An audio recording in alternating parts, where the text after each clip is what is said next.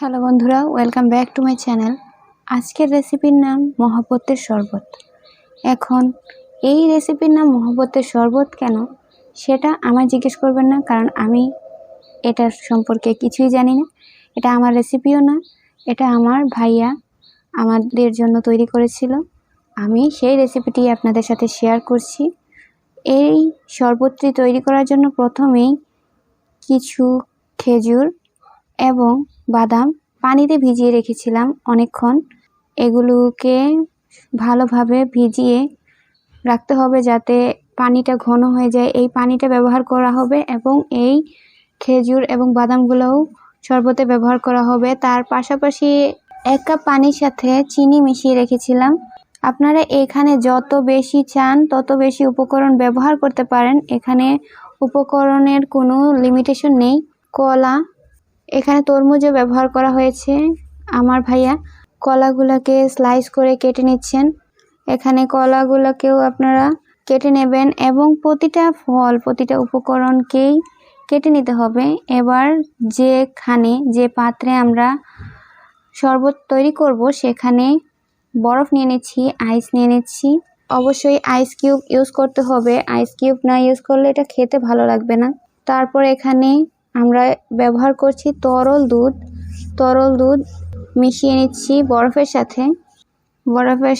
তরল দুধ মেশানোর পর এখানে একে একে সবগুলো উপকরণই দিতে হবে। একদমই সিম্পল একটা শরবতের রেসিপি, কিন্তু উপকরণ অনেকগুলা এবং উপকরণগুলো ব্যবহার আপনাদের ইচ্ছা অনুযায়ী করতে পারেন। আপনারা চাইলে ভারী উপকরণ ব্যবহার করতে পারেন এবং না চাইলে কম উপকরণ দিয়েও এই শরবত তৈরি করতে পারেন। কিন্তু যত বেশি উপকরণ দেবেন এর ফ্লেভার তত বেশি ভালো লাগবে এবং খেতেও ভালো লাগবে। এর ফ্লেভার যত বেশি উপকরণ ব্যবহার করবেন তত বেশি এই শরবতের ফ্লেভার বাড়বে এবং আপনাদের খেতে ভালো লাগবে। এখানে চিনি সিরাপটিকে আমরা দুধের সাথে মিশিয়ে নিলাম এবং এর সাথে এবার মিক্স করব খেজুর এবং বাদাম মেশানো, অর্থাৎ খেজুর এবং বাদাম যে পানিটাতে ভিজিয়ে রেখেছিলাম সেই পানিটাকে এখানে ব্যবহার করা হয়েছে। এবার খেজুর এবং বাদামগুলো যেগুলোকে কুচি কুচি করে কেটে রাখা হয়েছিল সেগুলো মেশানো হলো। এগুলোকে ভালোভাবে মেশানোর পর এতে আরও উপকরণ আছে, যেগুলো হচ্ছে কলা এবং তরমুজ। এগুলো ব্যবহার করতে হবে, এগুলো মেশাতে হবে এবং ভালোভাবে মেশানোর পর এখানে আরও কিছু উপকরণ লাগবে। এখানে দেখুন তরমুজ ভালোভাবে কুচি কুচি করে কেটে নেওয়া হচ্ছে। এখানে এই তরমুজগুলোকেও আমরা শরবতের সাথে মিক্স করব। এই শরবতে মেইনলি দুধ এবং তরমুজ এটা মাস্ট, এগুলা দিতেই হবে। খেজুর এগুলা দিতেই হবে, আর এর পাশাপাশি অন্যান্য উপকরণগুলো ব্যবহার করবেন। এখানে দেখুন আমি কিন্তু দেখাইনি, কিন্তু আমাদের প্রথমে যে আইস কিউবগুলো ইউজ করেছিলাম সেগুলো কম হয়েছিল, ঠান্ডা ততটা হয়নি, যার কারণে আমি একটা বড় আইস কিউব ব্যবহার করেছি। এখানে দেখুন তরমুজ মিক্স করার পর লাস্ট উপকরণ যেটা মিক্স করলাম সেটা হচ্ছে একটা কাপ আইসক্রিম ব্যবহার করার পর এর ফ্লেভার আরও বেশি এনহ্যান্স হবে, এটা ফ্লেভারটা আরও বেশি ভালো লাগবে। এবার ভালোভাবে মেশাবেন এবং পরিবেশন করবেন। আপনারা এই গরমে এই ধরনের একটা শরবত ট্রাই করতে পারেন।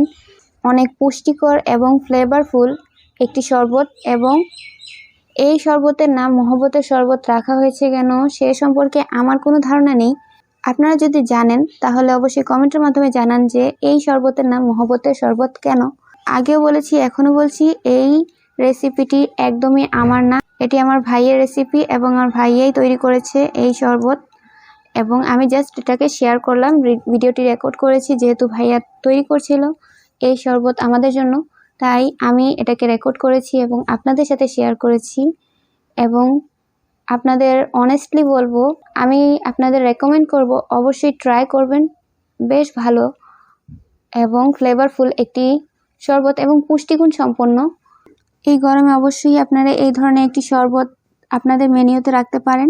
রেসিপিটি আপনাদের কেমন লাগলো এবং আপনারা এই শরবতটি ট্রাই করেছেন কিনা তা কমেন্টের মাধ্যমে অবশ্যই জানাতে পারেন। দেখা হবে পরবর্তী ভিডিওতে। ততদিন ভালো থাকুন, সুস্থ থাকুন। খোদা হাফেজ।